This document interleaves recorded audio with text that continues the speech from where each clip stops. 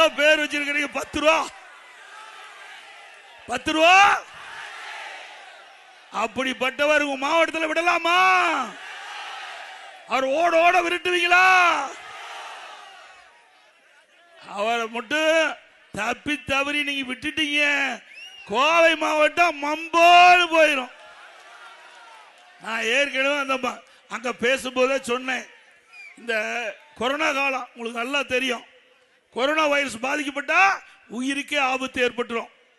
அப்போ அது கூட நம்முடைய பாரத பிரதமர் நரேந்திர மோடி மருந்து கண்டுபிடிச்சு குணப்படுத்துறதுக்கு செஞ்சார்.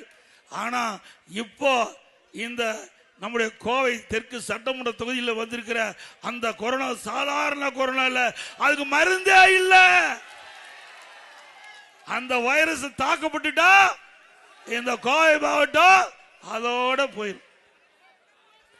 ஏன்னா கரூர்ல முடிச்சு கட்டிட்டாரு. கரூர்ல இப்ப என்ன வந்துட்டாரு, உங்க மாவட்டத்துக்கு வந்துட்டார், கோயம்புத்தூர் மாவட்டம் வந்துட்டார்.